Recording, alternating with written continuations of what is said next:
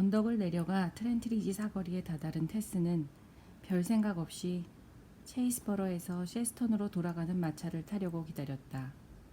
그녀는 마차를 타면서 승객들의 인사에 답하기는 했으나 그들이 하는 말은 귓등으로 흘려들었다. 마차가 다시 움직이기 시작했을 때도 바깥 풍경으로 눈길을 돌리지 않고 혼자 생각에 잠겼다.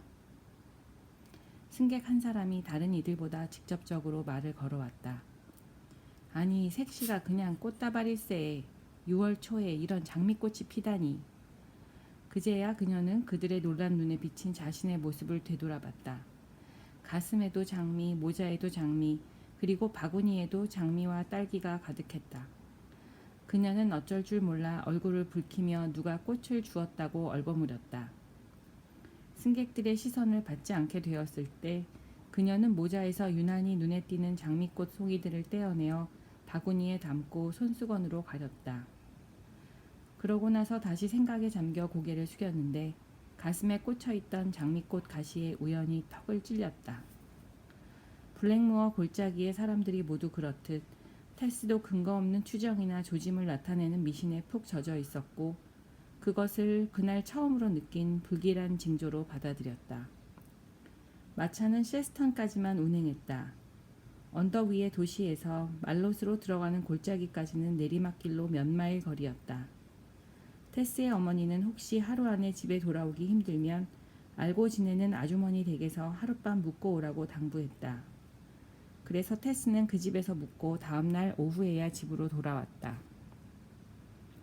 집안에 들어서는 순간 테스는 어머니의 득이양양한 태도에서 그동안 무슨 일이 있었음을 금세 알아차렸다. 그려, 내 다 알고 있다. 내가 잘 될 거라 했지? 거봐라, 그대로 됐잖아. 나 없는 새 무슨 일 있었어? 테스는 다소 지친 표정으로 물었다. 어머니는 장난스럽게 사랑스러운 딸을 아래 위로 훑어보고는 놀리는 투로 말을 이었다. 그려, 네가 그 사람들 마음에 꼭 든겨. 어떻게 알아, 엄마? 편지가 왔제. 테스는 그제야 그럴 만한 시간이 있었다는 생각을 했다. 그쪽 이야기는 더버빌땡 마님 말인디 그 마님이 취미삼아 하는 작은 양계장을 네가 돌봤으면 한다는겨. 그런디 이건 네가 너무 큰 기대를 할까봐 불어 그러는 것 같아. 마님은 널 한 집안 사람으로 받아들이겠다는 거지. 그런 뜻인 게 분명혀. 그런디 난 마님을 뵙지도 못했는디 누구라도 만났을 거 아니여? 그댁 아드님을 만났지. 그럼 그분이 친척으로 생각하더냐? 글쎄 나보고 사촌이라고 하긴 했어. 그려, 그럴 줄 알았지. 여보, 그댁 도령이 얘보고 사촌이라고 했디야. 조앤이 남편을 향해 소리쳤다. 그 도령이 어머니한테 네 이야기를 한 모양이다. 그래서 마님이 널 곁에 두고 싶어 하시는겨. 그런디 닭을 잘 키울 수 있을지 몰라. 테스가 자신 없이 말했다. 니만큼 잘하는 애가 어디 있냐. 우리 집에서도 닭을 키우고 니도 그런 걸 보고 들으면서 자랐잖여. 그런 일을 하는 집에서 태어났으니까 처음으로 하는 사람보다 더 잘할겨. 게다가 무슨 할 일이 있다는 건 그냥 하는 말이여. 네가 부담스러울까봐. 가겠다고 완전히 마음 먹은 건 아니여. 생각에 잠겨있던 테스가 말했다. 누가 쓴 편지인데? 편지 좀 보여줘봐. 더버빌땡 마님이 썼더라. 여기 있다. 더비필드 부인이 수신인으로 되어 있는 편지는 3인칭으로 쓰여 있었는데 마님의 양계장을 딸이 맡아 관리해주면 좋겠다. 오면 좋은 방을 제공하겠으며 일하는 솜씨가 마음에 들면 보수도 후하게 주겠다는 간단한 내용이었다. 아, 이게 전부네. 테스가 말했다. 한 번에 껴안고 키스하고 쓰다듬어 주기를 바랄 수는 없지. 테스는 창밖을 내다보았다. 난 그려도 아버지 엄마하고 여기서 살고 싶어. 그녀가 말했다. 왜? 이유는 말하고 싶지 않은데 엄마, 실은 왜 그런지 모르겠어. 일주일 뒤 테스가 이웃에서 가벼운 일을 찾다 소득없이 돌아온 어느 날 저녁이었다. 말 한 마리를 살 돈을 여름 한철 모으는 것이 그녀의 목표였다. 문지방을 넘어서자마자 동생 하나가 춤을 추듯 방을 뛰어나오며 말했다. 그 신사가 왔다 갔어. 입이 함지방만큼 벌어진 어머니가 서둘러 설명을 덧붙였다. 더버빌댁 도령이 말을 타고 말로 쪽을 우연히 지나가다 들렀는데 지금까지 양계장을 맡았던 젊은이가 미덥지 않아서 테스가 마님의 양계장을 돌봐주러 올 수 있는지 어머니를 대신해 알아보러 왔다고 했다. 더버빌댁 도령이 네가 겉보기하고 똑같이 참한 아이일 게 틀림없다고 하더라. 널 무슨 금덩이처럼 대단하게 생각하는겨. 니한테 관심이 많어야. 모르는 사람이 높이 평가해주니 자신을 대단하게 생각하지 않는 테스로서는 당장 기분은 좋았다. 그렇게 생각해주니 고맙기는 하네. 그녀가 중얼거렸다. 거기 가서 할 일이 뭔지 확실해지면 언제든지 갈게요. 그 사람 정말 잘났더라. 잘난 건 아니여. 테스가 쌀쌀맞게 대답했다. 글쎄, 암튼 니한테는 좋은 기회여. 게다가 굉장한 다이아몬드 반지를 끼고 있더라. 맞아. 창가의 의자에서 어린 에이브러햄이 쾌활하게 끼어들었다. 나도 봤어. 손으로 콧수염을 만질 때 반지가 진짜 번쩍거렸어. 엄마, 그 부자 친척은 왜 콧수염을 계속 만졌을까? 저 녀석 말하는 거 좀 봐. 더비필드 댁이 대견한 마음을 감추며 소리쳤다. 다이아몬드 반지를 자랑하고 싶어서겠지.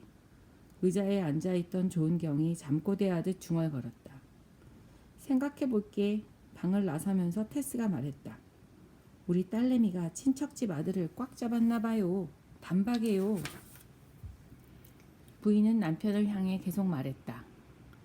이런 기회를 놓치면 바보라고요. 난 내 자식이 집을 떠나는 게 달갑지 않어. 도붓 장수가 말했다. 우리가 종갓집인디 친척들이 우릴 찾아와야 옳채.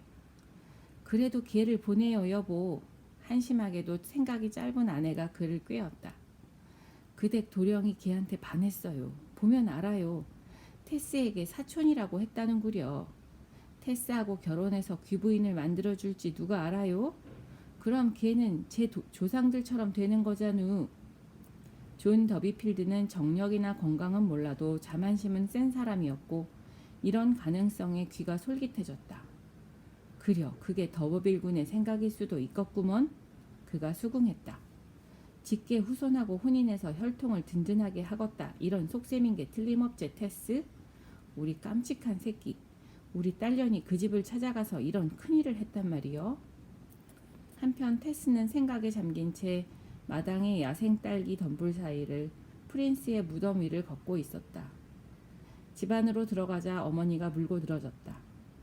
그려서 어떻게 할겨? 어머니가 물었다. 더버빌댁 마님을 만나볼 걸 그렸어. 가는 걸로 매듭을 짓는 게 좋겠다. 그럼 그분도 곧 뵙게 될걸? 아버지는 의자에 앉아 기침을 했다. 뭐라고 해야 할지 모르겠어요. 딸이 불안한 마음을 드러내며 대답했다. 아버지 엄마가 결정해요. 내가 말을 죽였으니까 뭐라도 해서 새 말을 사야 한다는 생각은 들어요. 하지만 그 집 아들 더버빌 씨가 거기 있는 건 정말 마음에 걸려요. 아이들은 말이 죽은 뒤로 테스가 돈 많은 친척집에, 그들은 저쪽 집을 그렇게 생각했다. 가서 살지도 모른다는 생각을 위안으로 삼아온 터라 테스가 머뭇거리자 불평하기 시작했고 망설이는 테스를 졸라대면서 칭얼댔다. 누나가 안 간디야 으앙. 귀부인도 안 한디야 으앙. 누나가 안 간디야 으앙. 아이들은 입이 찢어져라 울어댔다. 멋진 새 말도 못 사고 장날에 물건 살 금화도 많이 못 받는단 말이여. 이쁜 옷 못 입으면 누나도 이쁘지 않을겨 잉잉. 어머니도 이 가락에 장단을 맞추었다. 집안일을 무한정 미루는 바람에 어머니가 실제보다 더 힘들어 보인다는 것 또한 한몫했다.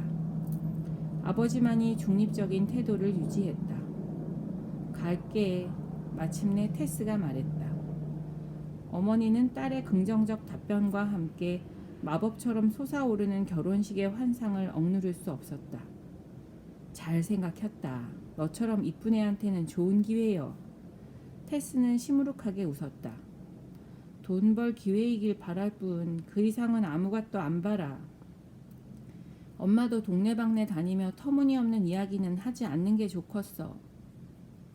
더비필드 부인은 약속하지 않았다. 손님이 해준 이야기가 있는 판에 자랑삼아 떠들어대지 않을 자신이 없었던 것이다. 그렇게 그 일은 결말이 났고 테스는 언제든 자기를 필요로 하는 날에 맞춰 출발할 준비가 되어 있다는 편지를 보냈고 곧 답장이 왔다. 더버빌댁 마님이 그녀의 결심을 반기며 이틀 후 골짜기 입구에 그녀와 그녀의 짐을 실을 짐마차를 보낼 테니 출발 준비를 하라는 내용이었다. 마님의 필체는 다소 남성적으로 보였다. 짐마차라니? 조앤 너버필드가 뜨악해서 중얼거렸다. 일가 친척인디 사륜마차를 보내줘도 되는 거 아니여? 드디어 방향을 정하자 테스는 불안감이 가셨고 마음도 안정되었다. 그다지 힘들지 않은 일자리를 구해서 아버지에게 말 한마리를 사줄 수 있다는 생각에 일을 하는데도 자신감이 생겼다. 그녀는 학교 선생님이 되고 싶었지만 운명은 그녀를 다른 쪽으로 인도하는 것 같았다. 정신적으로 어머니보다 성숙한 그녀는 더비필드 댁이 딸의 결혼에 대해 품고 있는 환상을 한순간도 진지하게 받아들인 적이 없었다. 그 부박한 여인네는 딸이 태어나던 해부터 좋은 신랑감을 물색해온 터였다. 집을 떠나는 날 아침, 테스는 날이 새기도 전에 잠에서 깼다. 어둠의 한 자락이 남아있을 시간이라 숲은 아직 고요했다. 예언자를 자처하는 새 한 마리가 적어도 자신만은 정확한 시간을 안다는 듯 확신에 찬 노래를 부르고 있었고 다른 새들은 그 새가 잘못 알고 있다는 확신이 그만큼 강한 듯 침묵을 지켰다. 그녀는 아침 식사 시간이 될 때까지 2층에 남아서 짐을 꾸리다가 평상시 입는 옷을 입고 내려왔다. 외출복은 상자 속에 잘 개켜서 넣어두었다. 어머니가 나무랐다. 친척들 만나러 가는디 옷차림이 그게 뭐여? 일하러 가는 걸 뭐, 테스가 말했다. 그래, 그렇지. 더버필드 댁이 말했다. 그리고 나지막한 소리로 덧붙였다. 처음엔 좀 그런 척할 필요도 있겠다. 그래도 남 앞에서 나설 땐 이쁘게 보이는 게 수여. 알았어. 엄마 말이 맞는 것 같네. 테스는 포기한 채 조용히 대답했다. 그리고 어머니를 기쁘게 해주려고 엄마 하고 싶은 대로 해봐 라고 차분하게 말하고는 어머니 손에 모든 것을 맡겼다. 더비필드 댁은 딸이 고분고분하게 나오자 뛸 듯이 기뻤다. 먼저 큰 대야를 가져와서 테스의 머리를 감겨주었는데 얼마나 공을 들였던지 말려서 빗고 나니까 머리숱이 보통 때보다 2배는 많은 것 같았다. 그리고 늘 하던 리본보다 더 넓은 분홍색 리본으로 딸의 머리를 묶어주었다. 그러고 나서 테스가 부녀의 들놀이 놀이 때 입었던 흰 원피스를 입혔다. 머리숱이 많아 보이는 데다 가벼우면서도 풍성한 옷 때문에 한창 자랄 때인 테스의 몸매는 나이보다 성숙해 보였고 어린애 티를 겨우 벗었을 뿐인데 다 큰 처녀처럼 보일 정도였다. 어머, 양말 뒤축에 구멍이 났어요. 테스가 말했다. 양말에 구멍 난 건 신경 쓸 거 없어. 구멍이 말을 하냐? 엄마가 처녀 적엔 예쁜 모자를 쓰고 있으면 맨발이라고 누가 뭐라면 어떠랴 했단다. 딸의 차려입은 모습에 흐뭇해진 그녀는 이젤 앞에 선 화가처럼 한 걸음 뒤로 물러서서 자신의 작품을 전체적으로 살펴보았다. 니도 거울 한번 봐라. 그녀가 목소리를 높였다. 며칠 전보다도 훨씬 이쁘다. 거울은 테스의 몸 일부만 비출 수 있는 크기였기 때문에 더비필드 댁은 시골 사람들이 몸치장을 할 때 흔히 하는 식으로 창밖에 검은 외투를 걸어서 유리창을 커다란 거울로 만들었다. 그리고 아래층에 있는 남편에게 내려갔다. 여보, 내 얘기 좀 들어봐요. 그녀가 의기양양해서 말했다. 그 젊은 양반이 저 애를 좋아하지 않고는 못 베길걸요? 하지만 테스한테 그 양반이 홀딱 반했다. 좋은 기회다. 그런 말은 절대로 하지 마요. 성미가 까다로워서 그 양반을 싫어할 수도 있고 또 지금이라도 안 가겄다고 할지 모르니께. 일이 다 잘 되면 우리한테 조상님 이야기를 해준 스테그 푼레인에 사는 신부님께 인사라도 해야겠네. 참 고마운 분 아니여.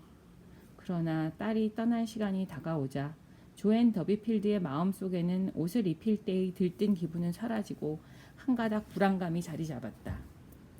그래서 그녀는 골짜기에서 바깥 세계로 나가는 첫 오르막이 시작되는 곳까지 바래다 주겠다고 했다. 그 꼭대기에서 테스는 스토크 너버빌가에서 보낸 진마차를 만나도록 되어 있었고 마을의 소년 하나에게 그녀의 짐상자를 손수레에 실어 그곳에 갖다 놓으라고 부탁했던 것이다. 어머니가 모자를 쓰는 것을 보고 어린 동생들이 따라가겠다고 졸라댔다. 엄마는 언니를 저기까지 바래다 주고 싶어서 그려. 이제 언니는 신사 사촌하고 결혼해서 좋은 옷을 입게 될 겨. 그만혀. 얼굴을 붉히며 획 돌아선 테스가 말했다. 제발 그런 이야기 좀 하지 마. 엄마, 아이들 듣는 데서 왜 자꾸 그런 소리를 혀. 얘들아, 언니는 부자 친척집에 일하러 가는겨. 돈을 많이 벌어서 새말을 사려고. 더비필드 댁이 테스를 달래려고 이렇게 말했다. 아버지 안녕히 계세요. 테스가 목맨 소리로 인사했다. 그려, 잘 가거라. 테스의 장도를 축하한답시고 아침부터 술을 많이 마신 탓에 졸다가 깨어난 존경이 고개를 번쩍 들면서 말했다. 그건 그렇고 그 젊은 친구가 자기 혈육 중에 이런 미인이 있는 걸 기쁘게 생각하면 좋겠다. 그리고 테스야, 우리가 전에는 잘 살았지만 이젠 너무 몰락해서 자기를 팔겄다고 그 친구한테 말해봐라. 그려, 판다고 말이여. 터무니없는 값도 아니여. 1000파운드 아래로는 절대 안 돼요. 더비필드 마님이 소리질렀다. 말을 넣어봐. 1000파운드에 팔겄다고. 에라, 생각해보니까 좀 덜 받아도 쓰겄다. 나같이 한심한 가난뱅이보다는 그 친구가 자기를 더 잘 건사할 거 아니여. 100파운드면 죽었다고 해봐. 에라, 푼돈 갖고 뻗댈 수야 없지. 50파운드에 죽었다고 혀. 20파운드, 그려 20파운드에. 그 아래로는 곤란혀. 제기랄, 가문의 이름이 있는 법인디. 1페니도 더는 못 깎아 죽었다. 테스는 눈물이 그렁그렁하고 목이 너무 메어 속에 있는 말을 할 수 없었다. 그녀는 얼른 돌아서서 밖으로 나갔다. 그렇게 해서 어머니와 딸들은 함께 길을 나섰다. 테스의 양손을 하나씩 잡은 두 동생은 마치 큰일을 앞둔 사람을 쳐다보듯 생각에 잠겨 이따금 언니를 쳐다보았고 어머니는 막내딸을 데리고 뒤따랐다. 이들의 모습은 정직한 미를 순수가 옆에서 단순한 허영이 뒤에서 따르는 구도의 그림 같았다. 그들은 오르막이 시작되는 곳까지 걸어갔다. 트렌트리지에서 온 마차는 오르막 꼭대기에서 그녀를 맞이하기로 되어 있었다. 약속 지점을 그곳으로 정한 것은 말이 한 번이나마 비탈을 오르는 부담을 덜어주기 위해서였다. 맨 앞에 보이는 언덕들 너머 멀리 산등성이 위로 절벽 같은 셰스턴의 집들이 솟아 있었다. 그들이 앞서 보낸 소년 외에 오르막의 꼭대기에는 아무도 보이지 않았다. 소년은 테스의 전 재산을 실은 손수레의 손잡이에 걸터 앉아 있었다. 여기서 좀 기다리면 진마차가 금방 올겨. 더비필드 댁이 말했다. 그려, 저기 온다. 마차가 도착했다. 제일 가까운 산등성이 앞머리를 돌아 불쑥 나타난 마차는 손수레에 올라탄 소년 옆에 멈춰섰다. 어머니와 동생들은 거기서부터 더 이상 따라가지 않기로 했고 테스는 그들에게 서둘러 작별 인사를 하고 언덕길을 올라갔다. 그들은 테스의 하얀 모습이 진마차 쪽으로 다가가는 것을 보았다. 진마차에는 벌써 그녀의 짐상자가 실려 있었다. 그런데 테스가 진마차에 도착하기 전에 산등성이 숲에서 또 다른 마차 한 대가 튀어나왔다. 마차는 길모퉁이를 돌아 진마차를 지나 테스 옆에 섰고 깜짝 놀란 테스가 바라보았다. 어머니는 그제야 두 번째 마차가 앞서온 볼품없는 진마차와 달리 화려하게 치장한 번쩍거리는 새 이륜마차임을 알아차렸다. 마차를 보는 사람은 20서너 된 청년으로 입에 여송연을 물고 있었다.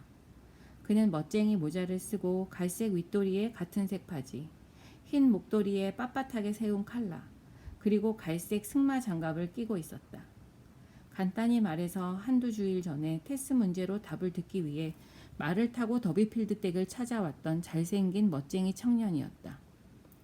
어머니는 어린아이처럼 손뼉을 쳤다. 그리고 눈을 비비고 다시 바라보았다. 이것이 무슨 뜻인지 그녀가 모를 리 있겠는가? 저 사람이 언니하고 결혼할 신사 친척이요? 막내딸이 물었다. 한편 모슬린 원피스를 입은 테스는 자기한테 말을 거는 청년의 마차 옆에서 어떻게 해야 할지 결정을 못한 채 서 있었다. 그녀의 망설임은 망설임 이상의 무엇, 불안감이었다. 그녀가 볼품없는 집마차에 올라타겠다는 의사를 밝히자 젊은이가 말에서 내려 이륜 마차에 타라고 권하는 것 같았다. 그녀는 언덕 아래의 식구들 쪽으로 고개를 돌려 그 작은 무리를 내려다보았다. 뭔가 아마도 자신이 프린스를 죽였다는 생각이라 그녀에게 결단을 촉구했다. 그녀가 서둘러 마차에 올라타자 청년은 그녀 옆에 앉아 곧 채찍을 휘둘렀다. 그들은 곧 짐상자를 실은 느림보 집마차를 앞질러 산등성이 너머로 사라졌다. 테스가 시야에서 사라지고 연극처럼 그 광경을 바라보던 재미가 사라지자 어린 동생들의 눈에 눈물이 고였다. 막내는 불쌍한 언니가 귀부인이 되러가지 않으면 좋겠다 하면서 입을 삐죽거리더니 울음을 터뜨렸다. 이 새로운 생각에 전염이라도 된 듯 다음 아이가 그리고 그 다음 아이까지 세 아이가 모두 통곡하듯 울어댔다.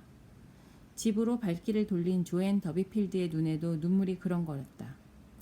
그러나 마을로 돌아왔을 때 그녀는 운에 맡기자는 쪽으로 마음을 다잡았다. 하지만 잠자리에 들고 나서 한밤이 되도록 그녀가 한숨을 내쉬자 남편은 무슨 일이냐고 물었다. 아, 나도 모르겠수. 테스를 보내지 말걸 하는 생각이 들어서. 그녀가 대답했다. 진지게 생각했어야 하는 거 아니여? 암튼 걔한테는 좋은 기회인디. 그런디 이런 일이 다시 생기면 그 신사가 정말로 좋은 사람인지 또 우리 애를 친척으로 좋아하는지 확실히 한 다음 보내야겠어요. 그려 진지게 그랬어야 하는디. 존경은 코를 골기 시작했다. 조앤 더비필드는 언제 어디서나 위안거리를 찾아내는 재주가 있었다. 맞아, 좋은 가문 아이니께 제 장점만 제대로 써먹으면 잘 해낼겨. 당장 결혼하지 않더라도 나중에 하면 되지. 그 젊은이가 걔한테 홀딱 반한 건 누가 봐도 분명혀. 테스의 장점이라니? 더버빌 가문을 말하는겨? 아니요, 한심한 양반. 인물이 좋잖아요. 옛날 나처럼.